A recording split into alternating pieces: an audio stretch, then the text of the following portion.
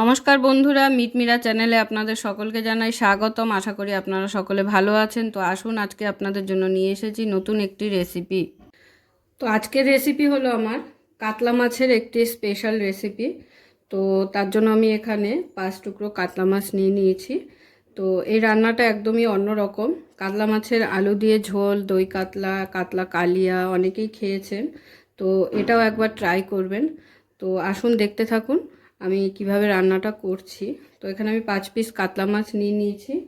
এরপরে আমি এই বাটিটায় কিছু মশলা রেডি করে নেব।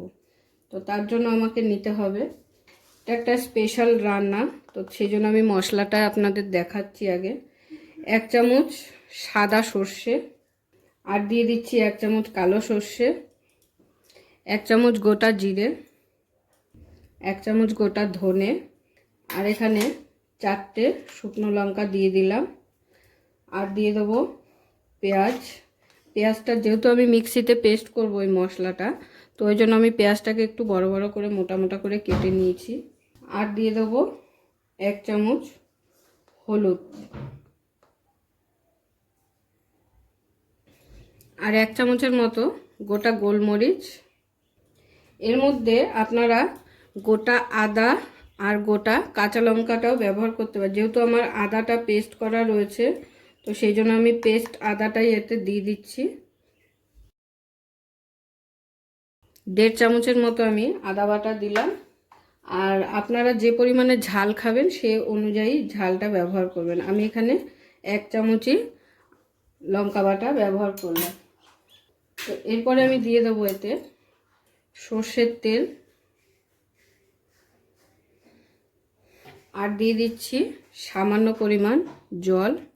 এবার এটাকে চামচ দিয়ে ভালো করে মিশিয়ে নিতে হবে। আর দিয়ে দিচ্ছি এতে 1 চামচের মতো পোস্ত। কারণ পোস্তটা কেন দিচ্ছি, যেহেতু আমি এখানে কালো সর্ষে ব্যবহার করেছি, তো অনেকেই জানেন কালো সর্ষে একটু তিতকুটে ভাব আসে, তো ওই কারণে পোস্তটা দিলে সেই তিতকুটে ভাবটা আসবে না। তো এবার সবগুলোকে মিশিয়ে নিয়েছি ভালো করে। এটাকে আমি 5 মিনিটের জন্য রেস্টে রাখবো, তারপরে আমি এটাকে পেস্ট করব। এরপর চলে আসছি পরের স্টেপে। প্রথমে আমি মাছগুলোকে ম্যারিনেশন করে নেব। ম্যারিনেশন করার জন্য আমি এখানে দিয়ে দিচ্ছি 1 চামচ হলুদ, 1 চামচ লবণ, আর ভালো করে একটু ম্যারিনেশন করার জন্য এখানে দিয়ে দেবো একটু সর্ষের তেল। এবারে মাছগুলোকে ভালো করে নুন হলুদ দিয়ে ম্যারিনেশন করে নেব। তো মাছগুলো ম্যারিনেশন করা হয়ে গেল। তো এবারে আমি মাছগুলোকে ভাজবো। তো আমি কড়াই বসিয়ে দিয়েছি, কড়াইটা আমার গরমও হয়ে গেছে। এখন আমি দিয়ে দেবো সর্ষের তেল। এই রান্নাটা করতে একটু বেশি পরিমাণেই তেল লাগে। তো তেলটাকে ভালো করে গরম করে নিতে হবে, খুব ভালো করে, যাতে কড়াইয়ের গায়ে মাছগুলো লেগে না যায়। তো ওই কারণে এই তেলটাকে খুব ভালো করে গরম করে নিয়ে তারপরে আমি এক এক করে মাছগুলোকে দিয়ে দেবো। তো তেল আমার খুব ভালোভাবে গরম হয়ে এসেছে। এখন আমি একটা একটা করে মাছ দিয়ে দেবো। মাছগুলো ভাজা হয়ে এসছে, আর এক পিঠ আমি উল্টে দিলাম।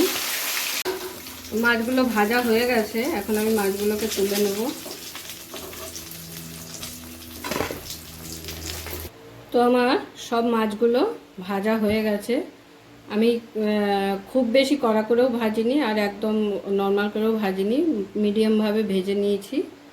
তো এবার আমি চলে যাব পরের স্টেপে। এখন আমি সোমবারের জন্য দিয়ে দেবো একটি তেজপাতা, 2টো এলাচ, একটা দারচিনি, আর দিয়ে দিচ্ছি গোটা জিরে। তো সোমবারটাকে ভালো করে নেড়ে চেড়ে নিয়ে সুন্দর ফ্লেভার বেরালে তারপরে দিয়ে দিচ্ছি আমি টমেটোগুলোকে আমি সুন্দর এরকম 3 পিস করে হাফ করে কেটে নিয়েছি। তেলের মধ্যে টমেটোটাকে একটু কিছুক্ষণ ভালো করে ভেজে নিয়ে এর মধ্যে দিয়ে দেবো ধনেপাতা কুচি। তেলের মধ্যে ধনেপাতা কুচিটা দেওয়ার কারণ হলো তাহলে গ্রেভিটা থেকে খুব ভালো ফ্লেভার বেরাবে। তো ওই কারণে তেলের মধ্যে ধনেপাতা কুচিটা আমি দিয়ে দিলাম। এখন এতে দিয়ে দিচ্ছি পরিমাণ মতো লবণ, টমেটোটা সুন্দরভাবে ভাজা হয়ে গেছে।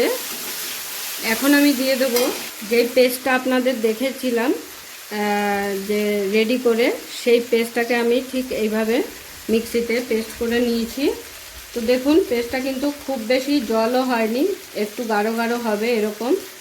বেশি জল দিয়ে পেস্টটা কিন্তু করা যাবে না, এরকম একটু হালকা গাঢ় গাঢ়ই রাখতে হবে। তো এবার আমি এই পেস্টটাকে এর মধ্যে দিয়ে দেবো। হালকা নেড়ে চেড়ে নেওয়ার পরে আমি এতে দিয়ে দিচ্ছি কালারের জন্য কাশ্মীরি লঙ্কা গুঁড়ো। কাশ্মীরি লঙ্কা গুঁড়ো এখানে আমি 2 চামচ দিলাম। তো এখানে কিন্তু আর সেরকম কোনো মশলা ব্যবহার হবে না, কারণ যা মশলা দেওয়ার আমি ওই পেস্টটার মধ্যে সব দিয়ে দিয়েছিলাম। এবার এটাকে ভালো করে কিছুক্ষণ নেড়ে চেড়ে নিতে হবে। তো খুবই সহজ পদ্ধতিতে, একদম ঘরোয়া পদ্ধতিতে, আশা করি যে মশলাগুলো আমি পেস্ট করেছি ওগুলো সকলের ঘরেই থাকে সব সময়। তো কাতলা মাছ অনেকভাবেই খেয়েছেন আপনারা, তো এইভাবে একবার অবশ্যই ট্রাই করবেন, আশা করি আপনাদের সকলের ভালোই লাগবে। তো আমার মশলাটা ভালোভাবে কষে গেছে। তো আমি এখন এটাকে 5 মিনিটের জন্য হালকা ঢাকা দিয়ে রাখবো। মশলাটা যখন কষানোর জন্য ঢাকা দেবেন তো তখন অবশ্যই গ্যাসের ফ্লেমটাকে কমিয়ে রাখবেন, জোরে দেবেন না। এখন আমি ঢাকাটা খুলে দেখে নেব। তো দেখুন খুব সুন্দর কালার এসেছে আর মশলাটা থেকে তেলও ছেড়ে গেছে। তো এখন আমি দিয়ে দিচ্ছি এতে জল। জল কিন্তু খুব বেশি দেবেন না, সামান্য পরিমাণ জল দেবেন, যাতে গ্রেভিটা একটু আঠালো আঠালো ভাব থাকে। তো এবারে ঝোলটা ফুটে উঠলে আমি মাছগুলো দিয়ে দেব। ঝোলটা সুন্দরভাবে ফুটে উঠেছে। তো এখন এই পর্যায়ে আমি দিয়ে দেব মাছগুলো।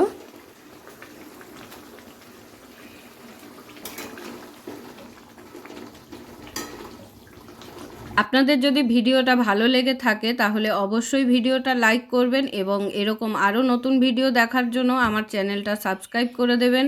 আর আপনাদের যদি কোনো প্রশ্ন থাকে অবশ্যই কমেন্ট করে জানাবেন। সকলে ভালো থাকবেন, সুস্থ থাকবেন।